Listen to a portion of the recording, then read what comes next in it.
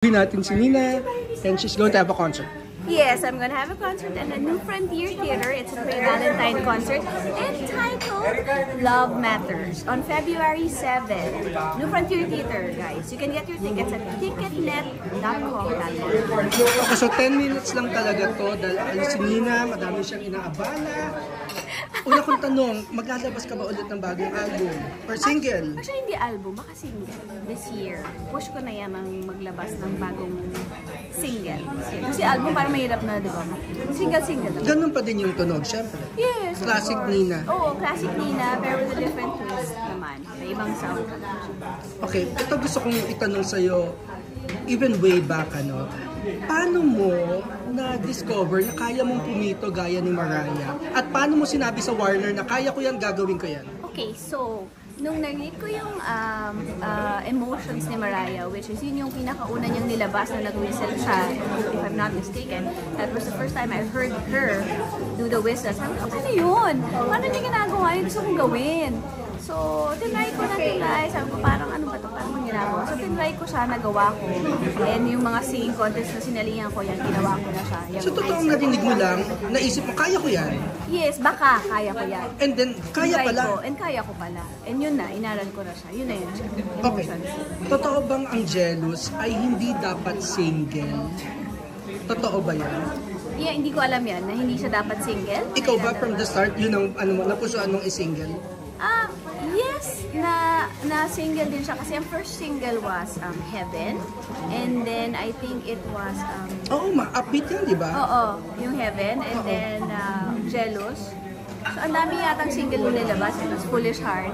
Okay. So it was actually So balikan natin yung time na unang present sa'yo yung Jealous. What were your thoughts? Kasi that was the song that made you. Yes, also Foolish Heart and Heaven. Nung narinig ko yung song, sabi ko, ay, ibang tunog. Bago namang tunog to. So, natuwa ako that they really went out of their way to look for these people to do the song. And nung narinig ko siya talaga, ay, parang bagay sa akin. Naramdaman kong bagay siya sa akin. Sana mabigyan ko ng justice. We have 8 minutes. How are you adjusting sa TikTok generation? Kanina, pinapakinggan kita, parang isa-isa nakikipag-duet sa'yo. Sabi ko, ang hirap na ginagawa ni Nina. So true.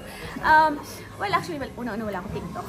Sabi nila mag-TikTok na ako, pero wala akong TikTok. Pero siguro, dahil hindi ko masyadong manage, pero okay daw sana ang TikTok. Pero let's see.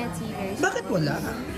Wala lang, baka hindi ko lang kayang alam mo yun, ma-fulfill or Baka wala ka ding ma-upload sa sobrang busy. Oo, ganon. So, next time na, pag marami na talaga. Sa lahat ng mga cover songs na present sa'yo, even from your live album, yung original ni Cyndi Lauper, and original ni alam mo may Madonna cover ka ha? Yung Shooby-Doo. Yes, Shooby-Doo, yes. At sabi ko pa nung time na yun, bakit ang mga pinipili ni Nina na i-cover yung mga unreleased or hindi ganun ka ano? Yes. But anyway, ang question... Hindi ko alam kung bakit, pero yun yung mga lumalabas sa mind ko na gusto ko. Sometimes kasi naririnig ko lang sa radyo, sabi ko, ay ganda na song na to. And then at that moment, sabihin ko agad sa Warner, para hindi ko makalimutan. Pero dun sa lahat ng ni-record mo, alin ang pinaka-nahirapan ka? Na-cover ha? At sa live? Ano ba? Pinaka-nahirapan ako i-cover? Feeling ko wala. Wow! Parang, ang yabang, pero feeling ko wala. Kasi lahat naman ng songs na kinover ko was my choice. Choice ko talaga yun. So, feeling ko kaya hindi ako nahirapan kasi ginusto ko talaga siya. Gusto ko kantahin. So, practice ko siya. So, hindi ako masyadong nahirapan. So sa mga, wala ka pang kinover na galing sa iba? Na suggestion ng iba? Wala. Kasi pag may pinipresent sila sa akin, I would choose among the songs that they presented. And then, ako pa rin yung choose. Okay, with 6 minutes left, yung mga like ako, ano na ako, 50 years old na ako, pero yung 50? mga yes. Oh my God. I love the reaction, diba? Very genuine. Oo. Yung mga batang fans na manonood din sa'yo, ano ba yung mga bagong kino-cover mo? So they know.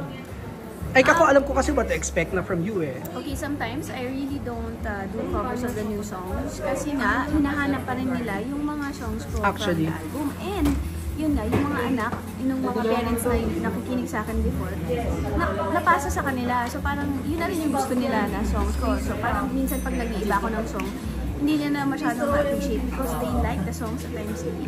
All the songs that And besides ngayon, because of social media, even the young ones, nare-research na nila yung mga dating songs. Yes. Kaya kung titignan mo din yung charts ng Spotify, minsan may mga kanta doon na 5 years old na. Yun ang maganda ngayong panahon.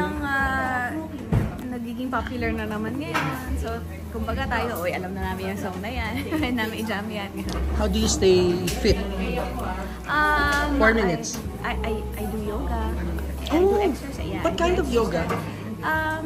Ano lang, yung stretching yoga. I don't know what it's called, but it's yung stretching and meditation. Weights, walking? I run sa treadmill. I play tennis. Oo. And hindi ako masyadong puyat. Kasi kung napuyat, hindi ka magiging fit di ba? You won't be able to do things, physical activities. So, hindi ako nag-beef sport. So, that's it. Was there ever a time na inisip mong to do other things in life? 4 minutes. Maraming sumagi sa isip like mag-doktor kaya ako or mag-ano kaya ako. Seriously? Or whatever. Yes, so ganun. Kasi, well, But I mean, when you were already Nina. when I was already, yeah. Yes. Ganun pa din? Pwede mag-pursue siguro like be a dermatologist, ganyan. Kasi I love learning about the skin and how to make people look good, ganyan. Oh, but hindi mo wow, bakit nung pa itutuloy? You're Yeah, already pero why Nina. not, diba? It's never too late naman always. Pero as of the moment, parang ito lang talaga yung parang gusto kong gawin for everyone. Kasi I'm happy doing this and I love the fact that I make people happy as well through my music. So ayoko na muna to move away from it. But just pumasok lang naman sa isip ko. Last 3 minutes, pag-karaoke session ba with family, ikaw lang ang kanta ng kanta? Lalo na kapag nahawakan ko na yung mic. Wala Talaga? nang makakakuha ng mic sa akin. Kaya Okay.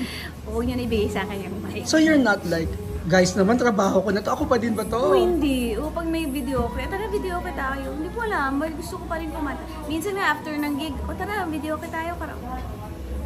Talaga ba? Gusto pa rin kumanta, hindi na nanawa. Meron ka bang videoke song that you think people would not expect you to sing and that you yung mga, like? yung mga Disney songs.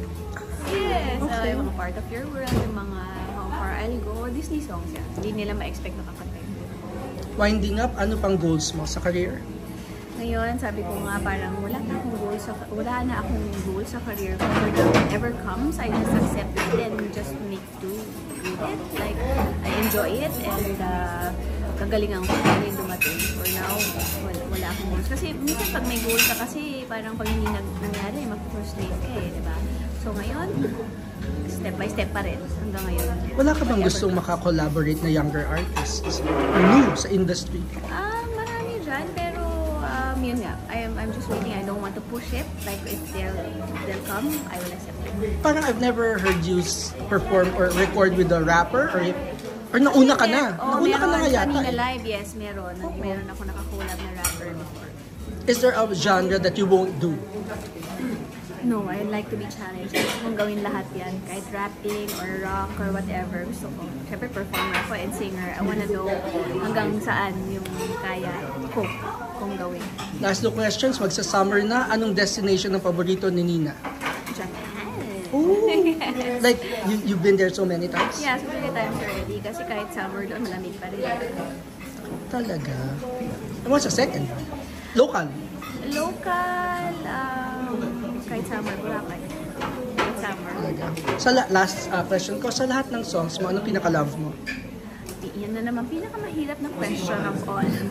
Kasi lahat love ko pero always on top of my mind is Love Moves kasi it's a song that I dedicate to all my fans, to the audience. So, Love Moves talaga.